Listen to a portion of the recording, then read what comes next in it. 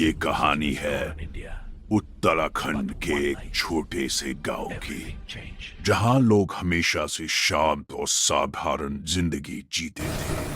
लेकिन एक रात सब कुछ बदल गया। विकास नाम का एक लड़का था जो शहर में पढ़ाई करता था। एक दिन उसने सोचा कि छुट्टियां मनाने के लिए गांव वापस चले।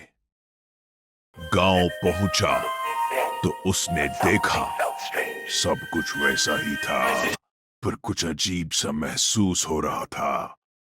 रात होते होते गांव में अजीब सी खामोशी छा गई। सिर्फ हवाओं की आवाज और दूर से कभी कभी जानवरों की आवाज आती। विकास अपने दादा दादी के घर में सो रहा था। रात करीब 2 बजे अचानक उसने दरवाजे के बाहर हल्की खटखटाहट सुनी। पहले तो उसने सोचा ये कोई जानवर होगा, लेकिन फिर उसने ध्यान दिया, ये खटखटाहट बिल्कुल मानव जैसी थी। विकास डर के मारे पलंग पर चुपचाप बैठ गया।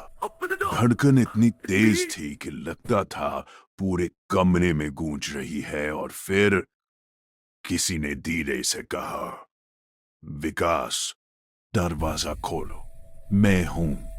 विकास ने जवाब नहीं दिया। दिल में डर और दिमाग में सवाल कि कौन होगा ये।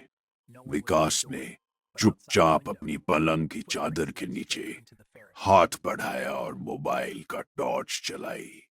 दरवाजे के पास कोई नहीं था, लेकिन खिड़की के बाहर की मिट्टी पर कुछ पैर के निशान थे, और ये निशान सीधे जंगल की ओर जा रहे थे। अगले दिन गांव वाले बताते हैं कि उसी रात जंगल से एक अजीब सी सीटी सुनाई दी थी, जैसे कोई मदद के लिए बुला रहा हो।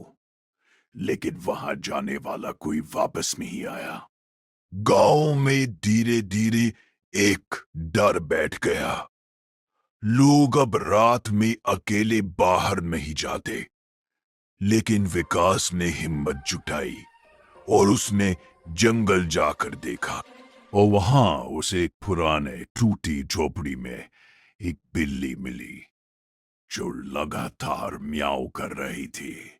सच्चाई तो बिल्ली की थी, लेकिन उस रात का डर और खामोशी गांव वालों के दिल में हमेशा के लिए बस गया।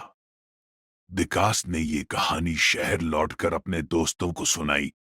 सब हंसे, पर वो डर जो उस रात अनुभव हुआ था, वो अब भी उसके और गांव वालों के दिल में जिंदा है। कभी कभी रात के 2 बजे छोटे गांव में अकेले होते हैं, तो आपको भी वही खामोशी और वही सीटी सुनाई दे सकती है। Like and subscribe it to our channel.